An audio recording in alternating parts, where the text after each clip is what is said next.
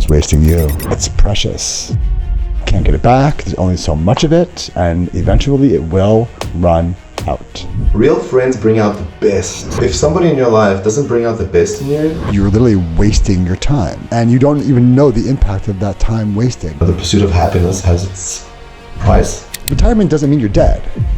The older you get, the more it's like, what have I done with my time? It's a lonely place at the top. The time is so valuable. If you don't use it, you lose it.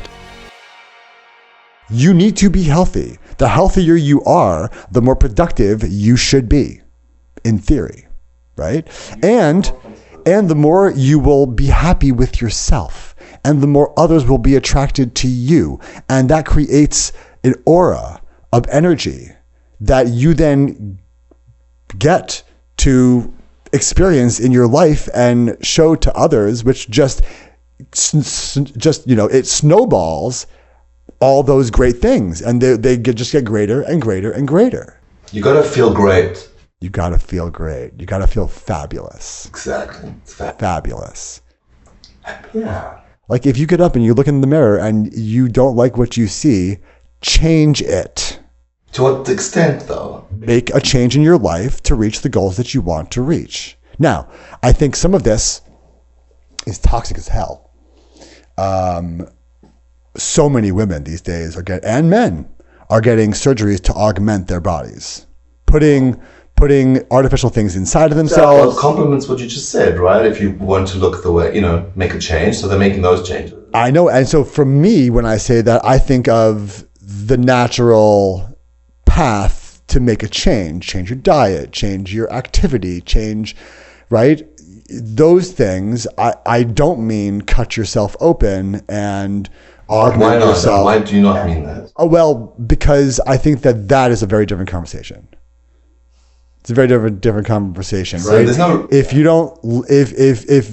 don't like the fact that your breasts aren't as large as you want them to be, and it makes you feel like less of a woman, that isn't a function of your health.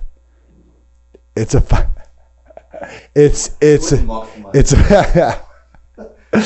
you have great pecs, bro. I don't know. When I was growing up, they called them tits, bro. Oh yeah. Yeah. I had to go to the gym and firm it up. Really? Yes. You were a bit of an overweight kid?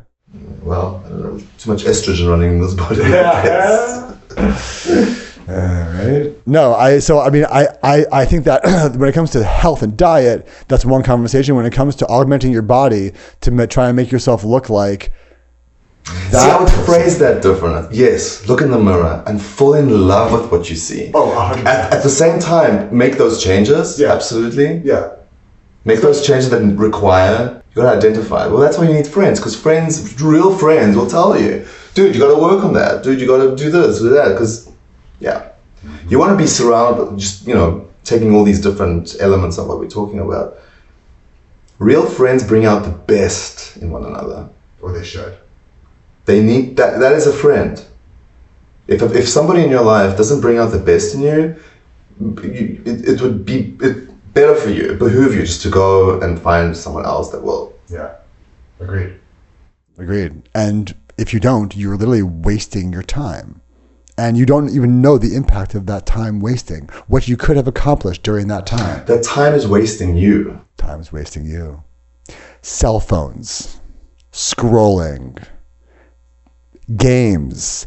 Do you know how many hours I have friends who are chronic scrollers and chronic game players? You know how many times people have invited me to play Candy Crush for a decade? I don't have any games on my phone. I never have. And I don't believe in scrolling because I don't need to look at other people's lives. I want to live my own. I'll challenge people, my friends who I care about, and I'll say, at the end of the week, when you get that notification from your phone of how much screen time hours you had, what does it say? And these guys are like 10 hours a day, 11 hours a day, 9 hours a day, 15 hours a day. It's a lot of your life being spent on this device looking at this screen. And if you're not getting value out of that screen time, like I spent 6 to 7 hours a week on my screen, a day average on my screen, but I'm doing work. My work is all virtual, and I'm constantly getting emails and Well, you're texts. getting stimulation from some of it. Well, right. Right. Well, so I'd say that, I mean, I do have social media, and I do, look at things on social media to the extent that I look at news. When friends have announcements, birthdays, births, I get to find out, things about that, right? Through social media. And then a little bit of entertainment. Very, very small amount of entertainment I think I get through social media. I would prefer to get my entertainment from social interaction. I've gotten to the point even where, like, I used to go to all the Broadway shows. I used to go to sports games so much more often. I used to go to, entertainment venues to experience things more often. And as I get older, even going to the nightclubs, and like, I love to dance. I used to love going to clubs. Well, you're clearly an extrovert, right? Clearly. Yeah. And you get energized. See, you are an engine, you are a rocket. Right. And you are going somewhere, you have a goal, you have a target, and you're getting your energy from that. Yes. Some people don't get energy from that. Like, I don't particularly get energy from that. I'm really introverted. Yeah. I get a lot of energy when I'm by myself and I'm composing and I'm doing stuff like that. I get energized by that. I had a really good manager when I was working at a company at Blue Cross Blue Shield. Her name is Jackie Coffey. I think she's married, so I think that's a hyphenated name now, but that was her name at the time. She was fantastically good at her job. She was someone who knew how to build sales organizations that sell, that really are revenue generators, okay? And she built something very special. And I was privileged to take a small part in what she built from a technology and a process perspective. And we could not have been more opposite. And we didn't really get along that well, right? Like, we definitely were we were always in lockstep when it came to business, and it came to my job and my role and what I had to deliver, and my responsibilities, accountabilities, and the measurement of those things. But when it came to everything else, we were very different. And I remember we went out for lunch one day when I started to report to her, and I think she realized this. She's a great people manager, and she asked me a really interesting question. At lunch, she said, "How do you unwind after work?" I said, and I mean, I was 30 at the time. I was like single, divorced. I said, I go out for happy hour, have a few drinks, grab dinner, maybe hit up a club, maybe do some dancing, maybe go to some, sing some karaoke somewhere, hang out with some friends, go to the beach, all those things. And then afterwards I said, "How do you unwind after work?" And she responded that she fills up a glass of wine, locks herself in her library at home with some classical music, opens up a book. It's amazing. I love that too. And reads and sips her wine and listens to some music. Do you remember your reaction when she said that? I remember smiling, thinking, how sad. Not how sad, but look how different we are. Look how opposite two people can be. Like, we work in the same place, doing some pretty crazy stuff, high level, high pressure, whatever. And like, I choose to go, balls to the wall and energy and right. And she's subdued and really just winding down and, lowering the energy in the evening time. And it was such an opposite approach. It made me realize that it was okay that we were totally opposite in our approaches to winding down. Very high achiever. So she was engaging social, correct. She was engaging with people. She was collaborating with people. All day. And when night came, she needed silence. Solitude. Yes. Her recharge was herself. Whereas my recharge was social situations. Constantly. When is your alone time? When do you disengage? Do you ever disengage? I do. I definitely need alone time. I'm a thinker. I'm a strategizer. And I sometimes need time to myself to strategize my life, to prioritize my time, to figure out where I am and where I want to be going, and what's the delta between those two. Do you schedule that time or it happens randomly when you're comfortable? Both. I schedule it and it happens randomly. I travel a fair amount, so I get to be in the car alone, on airplanes, when I'm driving and traveling, I get to be alone or with myself. I'm not going with anybody else often. But you have to sit with yourself. Yeah. I'll sit in my office. I'll sit in my office at home in my chair, put down the phone, turn off the computer, shut the screens. I will sit there oftentimes with a piece of paper or a notes file open on my phone. Like I won't be looking at my phone. I'll just be using it for notes, and I'll be making lists and changing lists and deleting and moving up and moving down. But you're always in a state of action. Yeah, I like to be in a state of action. I actually find it's very hard for me to fall asleep at night unless I'm exhausted. Like falling on my face. No. I mean, not consistently. I say no. I sleep most nights. I'll get usually at least 3 to 5 hours every night. And that's okay for you? Sometimes I'll take some quick power naps, like a quick 15, 20-minute nap during the day. If I'm feeling, a little bit down and I kind of need a pick-me-up. I'm not a coffee drinker. I'm not a substance guy in general when it comes to needing to maintain. If I can't do it myself, then I need to rest or drink water. Like whatever it is that I'm lacking, I need to do for myself. I don't believe in bringing in foreign substances to try and help me artificially stay more awake. All those things become addictive, either mentally or physically, or both. So I just stay away. Something interesting about me here, little tidbit. I'm a little bit of a control person when it comes to myself. I need to know that I am the master of my domain. I am in control of myself and my decisions. And I'm so disappointed. I'm shocked. But if I feel that there is a substance that is causing me to make decisions that I wouldn't normally make, or to do things that I wouldn't normally do, I need to cut it out immediately, because it is controlling me in some way, and I have lost control over myself in some way to this substance, and that is unacceptable to me. And so it forces moderation in my life. A lot of people don't suffer from that level of being a control freak over themselves. They feel that they are okay bringing in foreign substances. So what you're saying is that you can't stand being under the control of something. As soon as you feel that something's controlling you, you will break away. Cut it out. I gotta cut it out. Which is why everything has to be in moderation. Because as soon as I feel like I need it and don't want it, assuming it's not air or water for like the basics in life, I don't want to feel that way about anything. So you're really committed to being free. You have this freedom value. I really want to be free of things. Nothing controls you. Yeah. You don't owe yourself to anything. Yeah. At the end of the day. Yeah. Which is kind of a little bit of a fallacy, because ultimately everyone owes things to something. Like you can't avoid it 100% completely. You're going to, at some point in your life, get into a situation where you owe and you are dependent on certain things. And I get it. And you just have to be careful about what you allow and how much you allow that to happen. Right? And how much control does it have? And be cognizant of the control that it has over you. Sales. I find that in sales, you can always tell when a salesperson is desperate.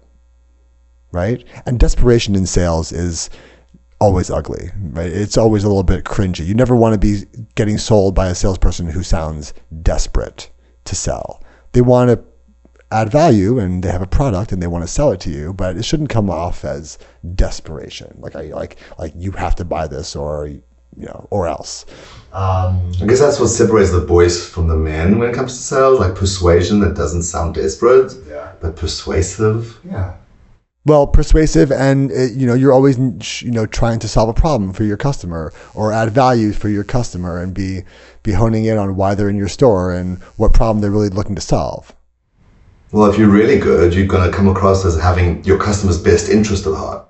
Well, actually, it's funny. I used to be a sales trainer back in the day, and there's a bunch of methodologies that I got, certified in, Sandler sales training and some others, but I learned one that really I just love, and it's much simpler than a lot of the other like 6 or 7 step processes, right? Mm-hmm. And it's called the rock and the gem. The rock and the gem. I'll give you an example. I did some work for a company that helps people get out of trouble with the IRS. Okay, when you get those threatening letters from the IRS, you call this company, you pay them some money, and they help you out. They get you out of trouble, all right? I remember that number. Can you just flash on the screen? If they pay me. Anyway. It can be organized. We can work it out, right? We'll advertise. We'll advertise, by the way, totally. Yeah, give us those product placements. You know what I'm saying? 305 676. So The Rock and the Gem. So I actually The Rock and the Gem. So what you're doing is that someone comes into your store. So I did a call, and the whole company was listening to me on this call so that I could do it and represent it for them, and they could hear how I do it. Okay. Guy came on the phone. He was a truck driver, and he hadn't paid taxes in 7 or 8 years. He hadn't filed taxes in 7 or 8 years. And he made good money. He was making about, $5-6 grand a week. The guy made, good money. And he's calling me up and he's saying, listen, I'm getting these threatening letters from the IRS. They're going to garnish my wages. They're going to put liens on things. I need you to fix this. And my first question for him was, why? Like, you haven't filed taxes in 7 years. You've been getting these letters for a long time. Why all of a sudden do you care now about this letter?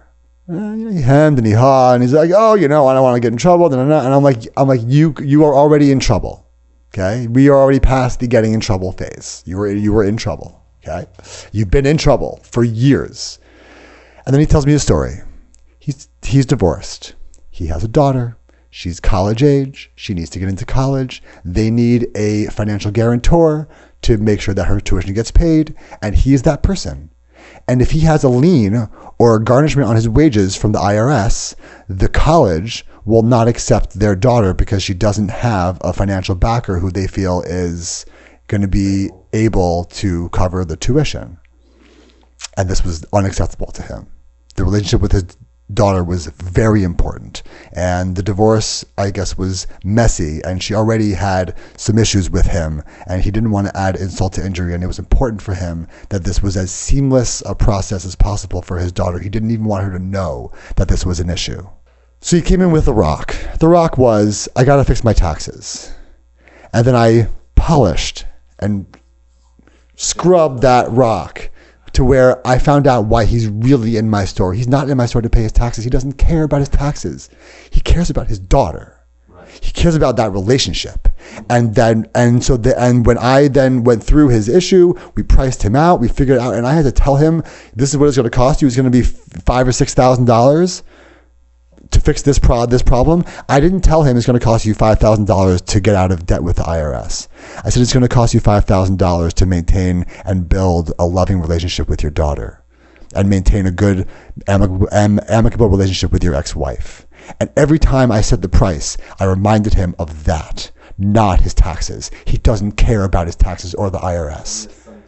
He cares, right? That's just a symptom and a means to an end that he needs, that he feels he really needs in life to be happy. That's The Rock and the Gem. Love it. Yeah. Yeah. Yeah. So what's meaningful? You aim for what's meaningful, not for what's meaningless. Exactly. But what's meaningless can have real control over you.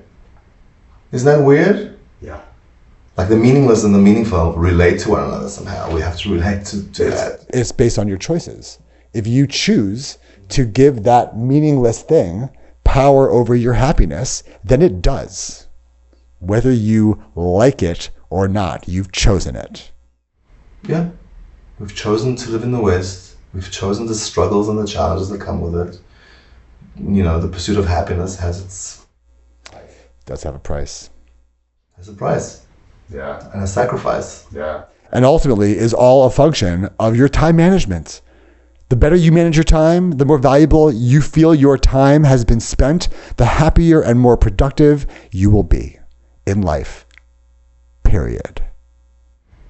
And I think this hour has been the most productive hour that you have spent in the last Seriously. hour. Guys, have you spent a more productive hour than talking about time management and productivity? You haven't. Hopefully you feel inspired to do something exciting. Yeah. And to do it unapologetically and genuinely because you love it and because it's going to make your life better and happier. We are generators. Human beings are generators. We generate things. We generate generations. We generate power for cities. We generate technology. We generate friendships. We're generators. We're also consumers. Yeah. big time consumers. Absolutely. So while we generate, hopefully we generate more than we consume. Well, I love it. It's like that, giving and taking. It is. It's that hand and yep. Action, reaction. Yeah. Always. Anyway. It's so important to know the terms within which we live. The dynamics of the universe that are uncontrollable and inescapable, and to actually embrace them and enjoy them. Yeah. Because they have tremendous value. Everything is about that attitude. Everything is about that attitude, that everything that's inside of you and outside of you and whatever you're faced with, little servants of yours. Yeah. Everything serves you. Everything should serve you. And your family and your friends. And everything is in the service of you. And you also are at service of others. You also give. And enjoy giving. Just give. Just give and don't expect anything in return. I think that's also a thing that kills friendships, is expectations. Oh, that's the worst. You don't want to have expectations. You don't want to feel that you're doing something and giving something to get something back. That's exactly right. If I'm going to lend someone money, I'm not even going to think about them giving it back. No. Yeah. Otherwise, because I trap myself in that. If I'm giving to... It's a recipe for a lot of animosity. No, I was taught at a pretty young age that when someone comes to you to borrow money who doesn't have, if you can't afford to give that person the money, do not lend that person that money, because chances are you may not get that money back. It's true. Just give. It's such a wonderful feeling. Yeah. And somehow I feel like the world, when you're a giver, the world gives you back. You don't have to expect it. It just happens. When you're good, it begets good. 100%. Cause and effect. Give. Whatever you are putting out there. Give. The more you give, the better you will feel, and the more will come back to you, whether you expect it or not. Hopefully you don't. And it doesn't necessarily have to be tangible things. It can be emotional things. Give someone your time. Right? Give up some of your time for somebody. Knowledge. Yeah. 100%. Yeah. Give a helping hand. Advice, a helping hand. I learned from one of my mentors early on, that if and when you become successful, the more you can send the elevator back down, the more successful you will become. Keep on sending the elevator down and bringing more people up with you. The more you do it, the greater you will be. I feel like so many people live the opposite. The greater they become, the more they want to push others down and feel that they are better than. You think so? Yes, I do think so. I don't want to judge celebrities or people of power, politicians or anyone with affluence, because I want to believe that some of them are amazing. Like, I'm really disappointed to see so many people talk badly about Oprah. I grew up in South Africa. Oprah was this huge, amazing, incredible representative of the black community. Like, she was a self-made woman, and she was very charitable. Yeah. And then all of a sudden now I'm seeing such bad rap on her, and it's like pure gossip. Maybe some of it is true, I don't know. But I want to imagine that there are people in that position that are doing tremendous good. Yes. And there must be. Yes. Yes. Michael Jackson, for all he's worth, which is a lot, on so many levels, there's that force that wants to devalue him and kind of, ruin his goodness. Anything good that he stood for. Why? At what price? Like, how does that serve us? It's a function of jealousy. It's a function of, these are famous people, and people are going to judge the people. Listen, it's a lonely place at the top. So lonely. It's lonely. Okay. Especially rock stars. It's a lonely place. Like the biggest ones: Elvis, Monroe, Michael Jackson, Prince, George Michael. They just died of these weird overdoses, and like alone in an elevator or somewhere, or in a toilet. It's a lonely life. It can be a lonely life. Unbelievable. Yeah. But it's because people can be such haters. You have to separate yourself from the haters, and anyone could be a hater. Selena. Remember her assistant, best friend. Yeah. Jealousy. They're alone for a reason. Because people can't be trusted. But it should also teach us that it's not about that. It's not about running after riches and fame and fortune. We can see the examples that it is lonely. You don't know who to trust. You don't know who your friends are. It's delusional. You should be chasing after something completely different if you want to be happy. If you really want to be satiated moment to moment. Spend that time doing things that bring you real joy, happiness, and fulfillment in life. Because things are just things. They're just things. I heard Andrew Tate. Listen to him every once in a while. My twin, oh my God. So much. You totally remind me of him. But a more refined version of him.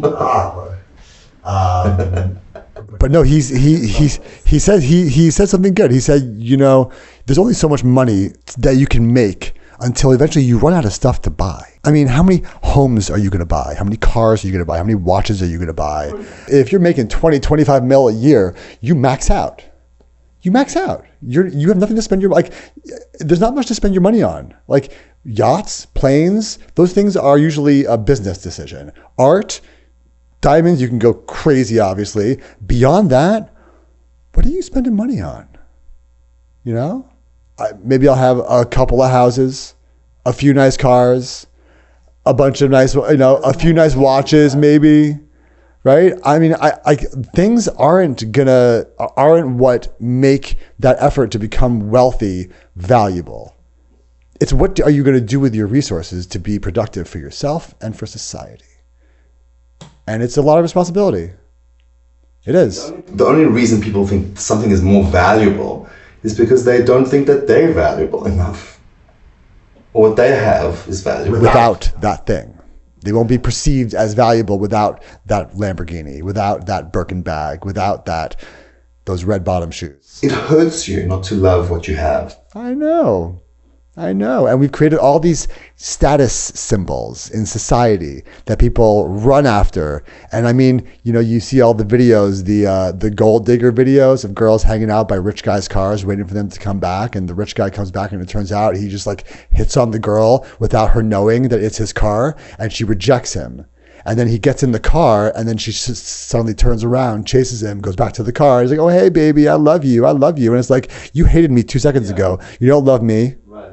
You love the status symbol that I represent, that you think that you can glean from me, And then they'll ask, take me shopping, take me out to eat, right? And it's like, didn't you just tell me you had a boyfriend? Yeah. Oh, it doesn't matter. Yes, you're married. you're. Oh, yeah, it doesn't matter, right? Right? Our society is so low right now when it comes to status symbols. Honestly, it's pathetic. I have no respect for anybody that chases those things. If you wear a Balmain or however the hell you say that brand shirt with the big Balmain across the front, who are you advertising for, bro? Are they paying you to wear that shirt? Stupid idiot. Either it's fake or you spent $200 on a t-shirt. Moron. For what? And then the girls will chase them. Oh, Balmain, oh, you must be rich. Really?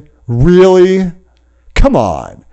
I recently saw there's all the, who cares? There was a big, either Versace or one of the big brands was having a big sale in Soho over the summer. I only saw this because it was on the news, because it was lines down the street, fights breaking out. The cops came, they shut the whole thing down. The line of people outside this thing, you could see this line of people, okay? There was no one in that line. And again, I'm going to make a very gross judgment here. There was no one in that line that had any business spending any kind of money on that kind of stuff. Like you spending your rent money on Versace? You stupid? Because you think it's a status symbol? Because you think it's going to get you somewhere in life? You're stupid. You're dumb. Work a little bit. Save that money. Invest it in something. Idiots. How often? It's not commensurate if it's not congruent with who you are. I'm saying, there are broke people out in the clubs every night wearing clothes that are worth thousands of dollars that they sacrificed their lives to get. For what? A pair of jeans is a pair of jeans is a pair of jeans. Okay? Who cares? A t-shirt's a t-shirt. Who cares? I am so like honestly over this like brand culture just ruining our lives, wrecking our lives. You don't see a lot of like super wealthy people who spend a lot of time on that crap. I mean, look at the wealthiest people on earth, right? Mark Zuckerberg. I swear the guy wears the same outfit every day. Well, they reached that Andrew Tate They level. don't care. They don't care. It doesn't matter. They learned, though. They learned that it doesn't matter. Yeah. They pursued it for sure. You walk around Silicon Valley, I see guys, grungy guys in ripped jeans and t-shirts and shorts and sandals, and these are billionaires. They don't care. It doesn't matter. There was a whole thing that there was a football player who makes got a gigantic contract that pulled up to a game in his Honda Accord. You should be ashamed of it. And people were like, wow, that is so admirable. And for the first time in a long time, I was so happy to see a positive reaction from society. I wouldn't hang out with him in that Honda. Shut up. That someone who makes that much money is good driving a Honda Accord. There's nothing wrong with that. It's a great car and it's reliable and it gets you from A to B and it doesn't have to be the reason why people like you. But it's not a Porsche. Well, we all can't be Sharon, you know what I'm saying? We all I don't drive a Porsche. Yeah. But you can get something nice for that's used and for less money. Yeah. 100%. You can Oh. I grew up liking, I was taught, absolutely, I was conditioned to like that, valuable things. This is a Steinway. I felt less of a pianist next to a Yamaha. Let's hear that Steinway. Yes. No, I'm not saying that I'm against buying nice things. I'm saying that I'm against people spending money that they don't have, pretending to be something that they're not, by trying to buy status symbols that people think that they're rich. It's hurting them. And if you don't buy what you can't afford. That's absolutely. In my mind, it's a form of lying. It's dishonest. It's dishonest, right? You're broke and you're dressed like you're not, but you're broke. Oh, and I'm not saying because you're broke you have to walk around in rags. I'm not saying that. Dress well. Always dress for the job that you want. Amazing clothes at Ross. For $10 you can buy an amazing shirt. Exactly. Isn't that Goodwill? That's what I'm saying. This is from Goodwill. Yeah, there you go. From Goodwill in Malibu. Goodwill Malibu. Listen, thrifting's a thing. In New York City, I mean, you can get nice things at these thrift stores. They have like good stuff. You don't need name brands to look good. You don't need name brands. Absolutely. In fact, you can look even more interesting in no name brand. You don't need name brands to look rich. You don't. You know what comes off as wealthy? When education, articulateness, if that's even a word. Yes, articulativeness. Right? Experience, knowledge, culture, right? Yeah, talk about Mozart all of a sudden at a bar. That's a flex. That's a flex. That's a flex. Your t-shirt is never a flex. What comes out of your mouth is a flex. That's a flex. Because it's representative of your experiences, of time you've spent. What? Not what goes into your mouth. That's not a flex. Yeah. What comes out of your mouth. Out. Yes. And I think all this ultimately comes back to how you've managed your time in your life. What have you gleaned from it? What value have you gotten from it? Where is it taking you? Why are you still wasting it with those people as opposed to focusing it on yourself or people that are going to raise you up? I learned something amazing. We're talking about this in the Zohar. It actually says that time is an angel. It's an entity. It describes it in amazing ways. Well, I mean, it's very huge. It's Can you imagine this entity called time? Well, I mean, to me, it's priceless.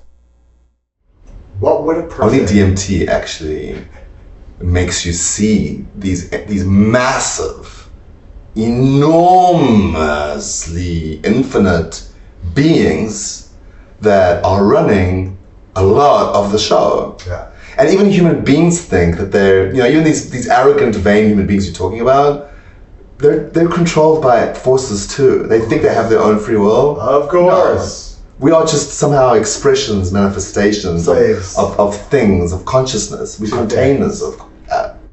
Agreed. And you don't need DMT to actually, realize that. Yes.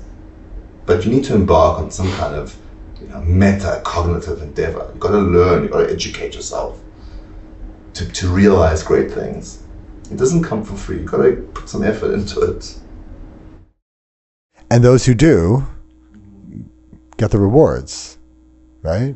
And the rewards don't always come in the form of wealth or pretty things or expensive stuff. Sometimes it just manifests itself in you becoming a more well-rounded, educated, balanced, cultured person with moral fiber and values and standards that are greater than other people's.